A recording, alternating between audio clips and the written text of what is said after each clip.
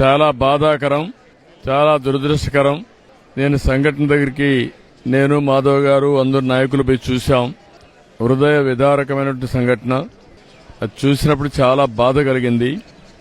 ఈ సంఘటన మొత్తం కలిసి ఇప్పటికి 20 మంది చనిపోయే పరిస్థితికి వచ్చారు. 9 మంది హాస్పిటల్లో చేరి క్రిటికల్ గా ఉన్నారు. 2 సేఫ్ గా ఉన్నారు. మొత్తం కలిసి 31 మంది. ఇందులో చాలా మంది వీకర్ సెక్షన్స్ ఎక్కువ ఉన్నారు. అందులో కూడా ఎస్సీలు అయితే దగ్గర 12 మంది ఎస్సీలు ఉన్నారు. ఒక 9 మంది మహిళలు ఉన్నారు. ఇప్పుడు వాళ్ళని లోపల కూడా పరామర్శించాం.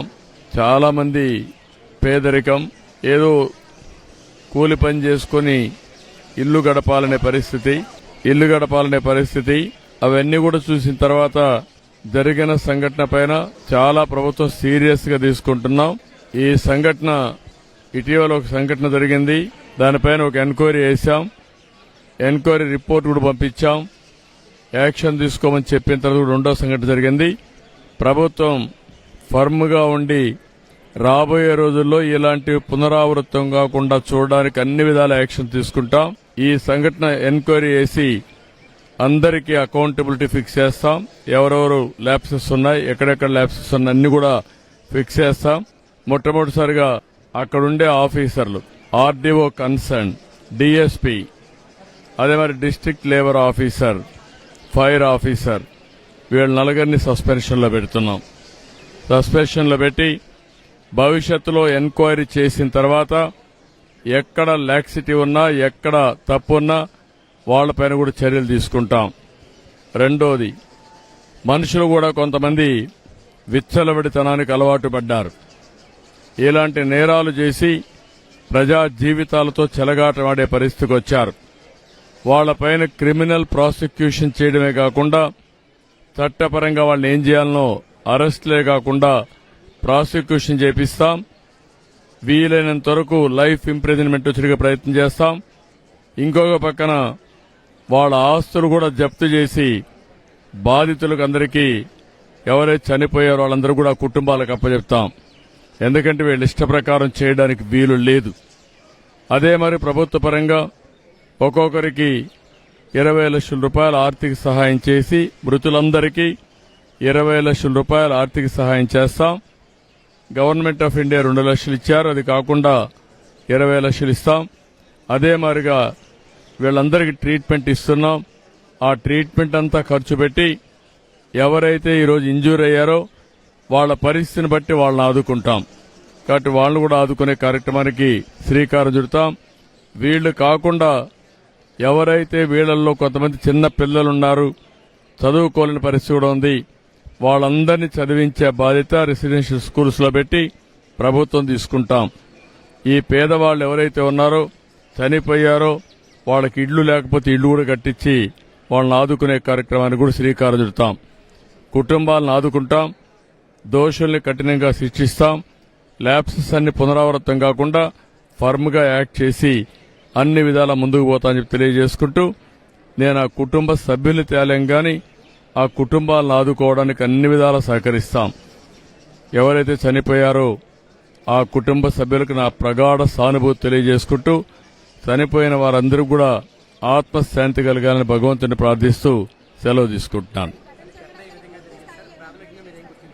ప్రాథమికంగా నాకు అనిపించింది, ఎవరైతే ఆపరేటర్ ఉన్నాడో ఇక్కడ ఇవన్నీ చేశాడో వాళ్ళకు ఆర్డర్స్ రావడం, ఆర్డర్స్ వచ్చినప్పుడు మనుషులు తీసుకొచ్చి చేయడం, సరైన ప్రికాషన్స్ తీసుకోలేదు.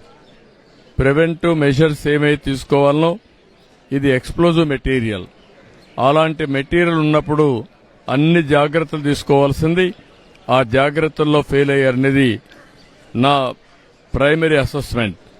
రేపు టెక్నికల్ గా అవన్నీ చూస్తే మనకు ఒక ఐడియా వస్తుంది. ఎక్స్ప్లోజివ్ మెటీరియల్ ఎంత ప్రొక్యూర్ చేశారు, ఎక్కడెక్కడ చేశారు, మన వాళ్ళు సూపర్వైజ్ చేసినప్పుడు ఎందుకు ఇలాంటివన్నీ కూడా గట్టిగా వార్నింగ్ ఇవ్వలేకపోయారు, అవన్నీ బయట వస్తాయి. అప్పుడు యాక్షన్ తీసుకుంటాం.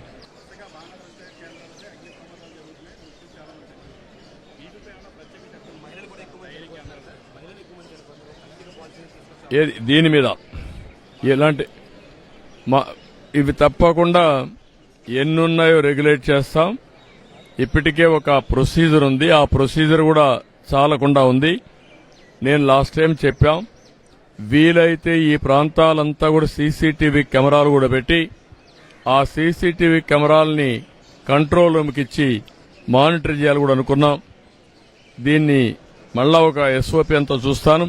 చూసిన తర్వాత పగడ్బందీగా ఏం చేయాలో చేసి మళ్లీ ఎక్కడ కూడా ఎవరైనా చేయాలంటే మాత్రం స్ట్రిక్ట్ కంట్రోల్లో రెగ్యులేషన్స్ పెట్టి చేపిస్తాం. అందరినీ, ఒకరిని కాదు, ఎవరైనా సరే పర్మిషన్ లేకుండా చేస్తే ఇప్పుడు నేను ఏ చర్యలు తీసుకుంటున్నానో ఆస్తులు కూడా కాన్ఫిస్కేట్ చేస్తానని చెప్పాను. ఎవ్వరు కూడా ఆటలాడడానికి వీలు లేదు.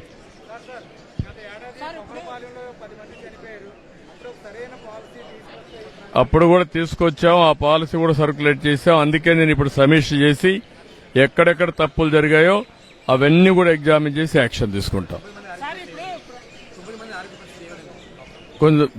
కొంత సీరియస్ గానే ఉంది, క్రిటికల్ గా ఉన్నారు. క్లోజ్ గా మానిటర్ చేస్తాం, అన్ని చర్యలు తీసుకుంటాం.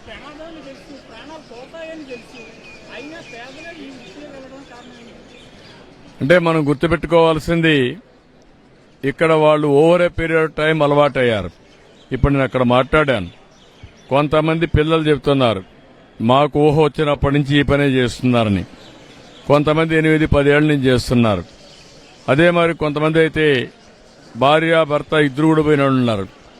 ఇలాంటి అనేక సంఘటనలు మనం చూసినప్పుడు వాళ్ళకి ఇక్కడ 10 రూపాయలు ఎక్కువ వస్తుంది కాబట్టి అదొకటి ఉండొచ్చు. వాళ్ళ అవసరాలు బట్టి ఆ టెక్నిక్ నేర్చుకున్నారు కాబట్టి ఎక్కడ ఉంటే అక్కడ పనిచేసే పరిస్థితికి వచ్చారు.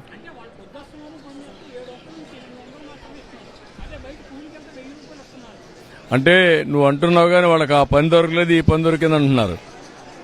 అదే మనం 700 రూపాయలు ఎక్కువ అనేది వాళ్ళ ఉద్దేశం. మాకు ఆ 700 అక్కడ వస్తుంది.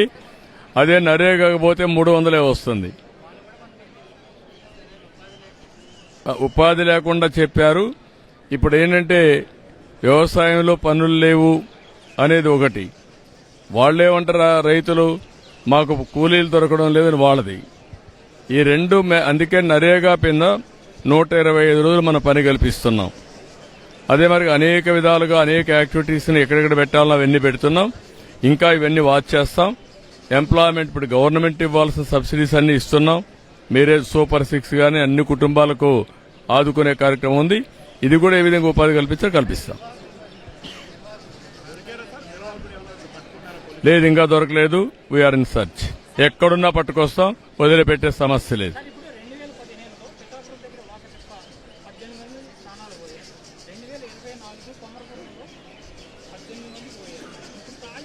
18 మంది ఎక్కడ పోయారు?